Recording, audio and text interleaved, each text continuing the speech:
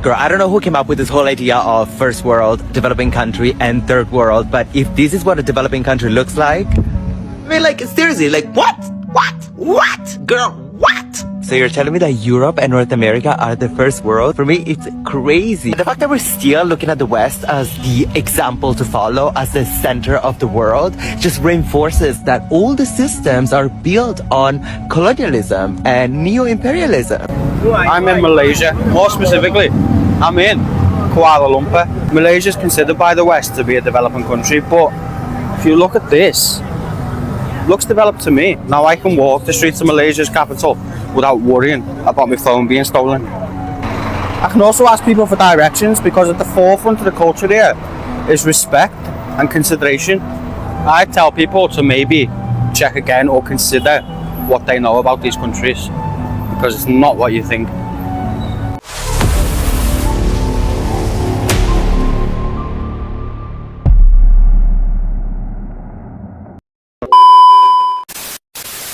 Assalamualaikum dan salam sejahtera gengs. Selamat datang kembali di FAZA Update.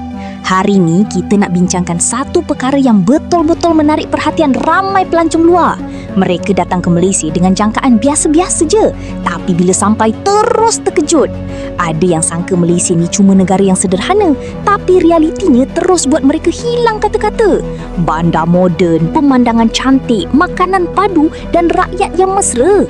Persoalannya gengs, kenapa ramai sangat orang luar boleh jatuh cinta dengan Malaysia dalam masa yang singkat? Jom kita tengok. There's so many conveniences here that I've just gotten used to that surprises me even when I go back to Australia. Like Shopee and buying stuff online is just super easy and cheap, grab delivery. I'm just so used to these conveniences that I wouldn't use in Australia. I wouldn't be ordering Uber Eats all the time, paying with the e-wallets like touch and go, so easy. And that was a shock for me. I've done a few trips recently, the Philippines and Vietnam. I loved both of them, but can't pay with card in a lot of these places. It was just awkward with cash. In Malaysia, you can pay with Apple Pay. You basically use your phone for everything. It feels easy. Yeah, and what I really like here is a conversion rate. Like I almost just divided by 3 and I get close enough. Compared to going to somewhere like Thailand, feel like you're spending so much money and it's only like $2, but you're paying thousands, 100%. You know? And another thing in those countries, they're more popular with tourists, but their industries there are set up a little bit to exploit the tourists. Whereas, I don't know if you agree with me, but in Malaysia, you don't see any of that. You're not going to get ripped off. You're not going to get scammed. You are treated with 100% respect. Yeah, you pay what everyone else is paid, but obviously you go to somewhere like Jalan Luar, there you pay tourist prices, but it's not they charge you more, they charge everyone the same. But if you go somewhere outside of KL City, you're paying for the same meal, which is like half the price, but it's not because they're charging you or ripping tourists off, they just charge more in the city. You're not going to go to like a local spot and they're going to charge you more at that local spot. So I'm in KL, beautiful place, love KL so much. But someone has to say it, okay? So, I love KL, I love the food, I love Malaysian people, they're like the nicest people I've ever met. And I've been traveling around Asia for almost 2 years now. I love Malaysia so much. But I have a question. Why does it feel like walking in KL is like survival game? Even when there is a path to cross, no one ever stops, the cars never stop, they go super fast, and most of the time there's no roads. Like I feel like when I'm trying to walk here, I'm playing Squid Games. And for me as a European person, I'm so used to walking, so there's a coffee shop like 10 minutes away from my place. It's like, okay, I'll just walk. I'm like surviving, I'm fighting for my life on these roads, so I just want to know why. Like, can someone explain, please? Made it to a shopping mall over here. It's called Avenue K, but if I exit across on the other side of the street, it would take me to the Petronas Towers, and they got a mall over there too in the park, so gonna figure how do I exit and make it towards where the towers are. Now I'm in the modern side of Kuala Lumpur. You can see how I'm surrounded by skyscrapers over here, but then ahead of me is gonna be even more impressive because we got the Petronas Towers, which is pretty iconic over here. And even at nighttime, it's even nicer. I already filming in the nighttime. But here you see one of the towers all the way up there. Like I said, I'm in the futuristic side. You can see the buildings. That building over there literally has like plants. You know, a combination of urban concrete and greenery combined together. Now I'm gonna figure out how can I shortcut into the park. And here you see another face of Kuala Lumpur. modern futuristic skyscrapers. This iconic Petronas Towers right here. Selfie haven right here. I can't get enough of this building. It's one of my favorite skyscrapers in the whole world. The way how they design it, like the shiny buildings. Damn, this park reminds me a little bit of Central Park. Beautiful. There's actually a bridge over there. I think if I go towards that bridge, I could probably get a better shot of the Petronas Towers. They got the same camera that I have. And then look at it. Petronas Towers right here. Nice. Well, I love it. After recently traveling to Malaysia from the United States, the first thing I noticed is how much cheaper everything is here. For example, a 1-hour taxi ride including traffic from the airport to downtown Kuala Lumpur was only $15. Public transportation is also cheap. 60 cents for a subway ride and 25 cents for a bus ride. And check out how modern and clean the buses are here. Now let's check prices at Starbucks. For a grande, it's $2.30 for an Americano and $3.50 for a latte. How about meals? For this 3-course meal that included soup and main entree and dessert, I paid $7 with service fee included. And this was in the city center of Kuala Lumpur. Cool, right? Gengs, apa yang paling menarik ialah ramai pelancong mengaku mereka tak sangka Malaysia begitu moden dan selesa.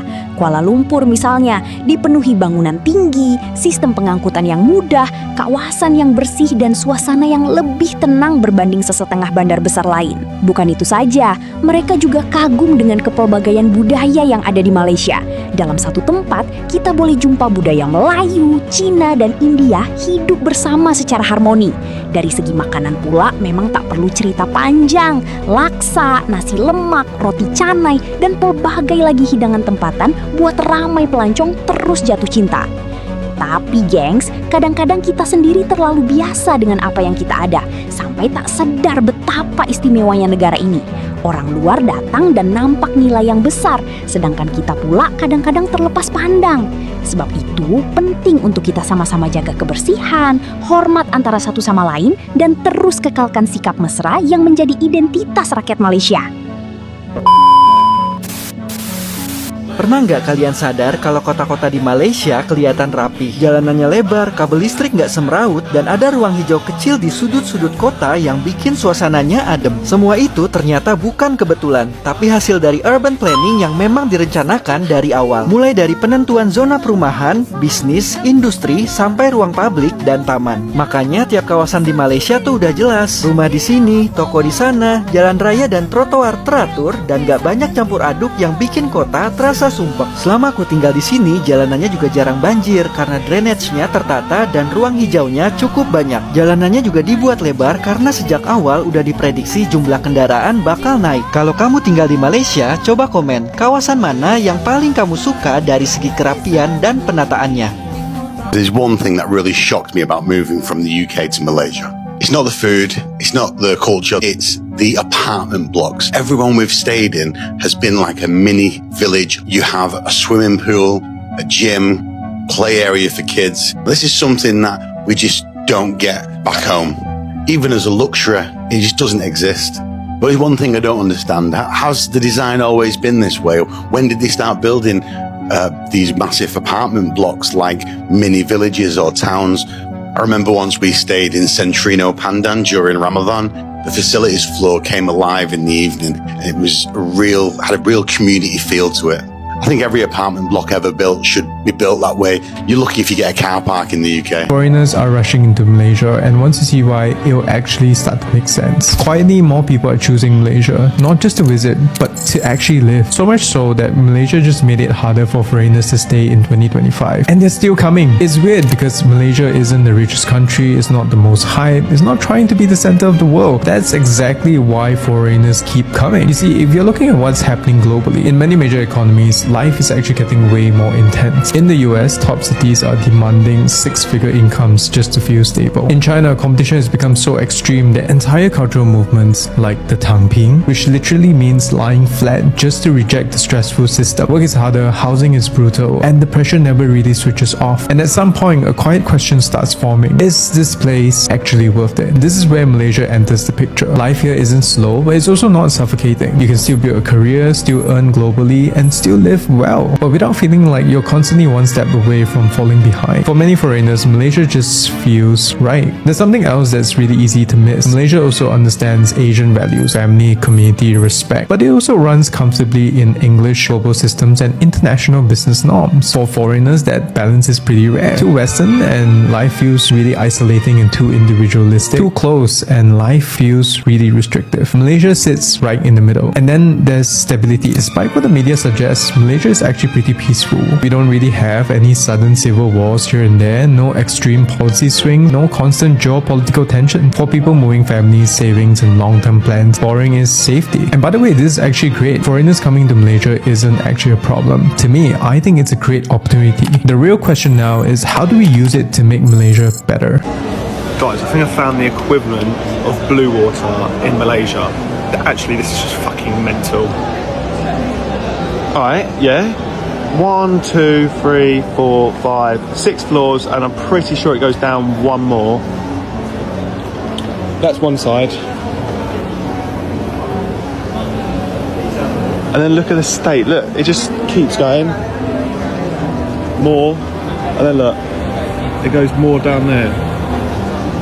It's just fucking crazy. I'm in Malaysia at the airport, and this place is literally a mall in the airport, bro. Like, hey, America gotta step its game up, because these people don't take it to a whole nother level.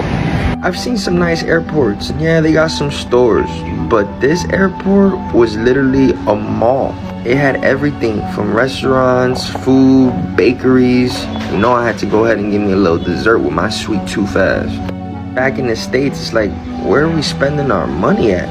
The infrastructure, the sheer size of this place, you'll literally get lost in here.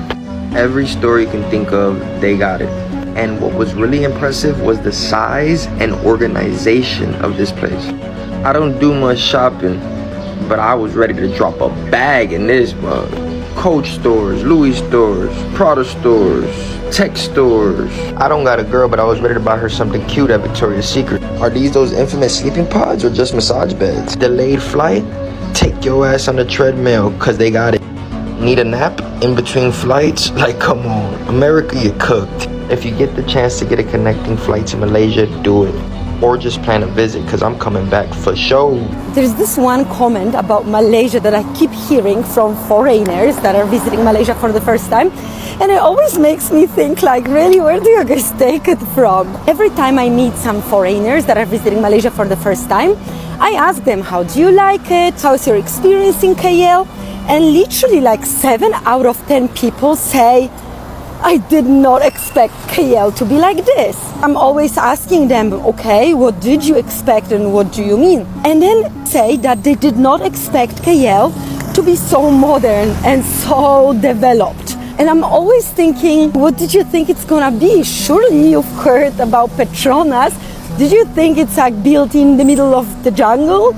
I've heard people comparing it to the cities in the US and saying that it's looking very wealthy, very developed, and very urban.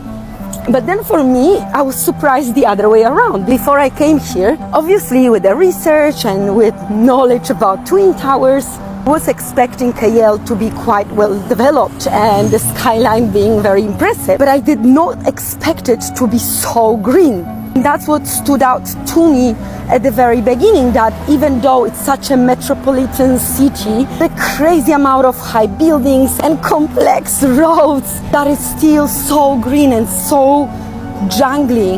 So I don't know where do people get that expectation from, but I'm every time surprised by this comment. Let me know what comments have you heard about KL or Malaysia that made you surprised. Jadi gengs, pengajarannya hari ini sangat mudah. Jangan tunggu orang luar datang puji negara kita, baru kita rasa bangga. Hargai apa yang ada di depan mata. Sebab keamanan, perpaduan, dan masyarakat yang baik bukan sesuatu yang datang dengan mudah. Teruskan jadi rakyat yang berbudi bahasa, saling menghormati, dan sama-sama menjaga image negara kita. Sebab negara yang hebat bukan hanya pada bangunannya, tetapi pada hati dan sikap rakyatnya. Kalau geng setuju, jangan lupa tinggalkan komen pendapat gengs. Like, share, dan subscribe FAZA Update. Jumpa lagi dalam video selanjutnya.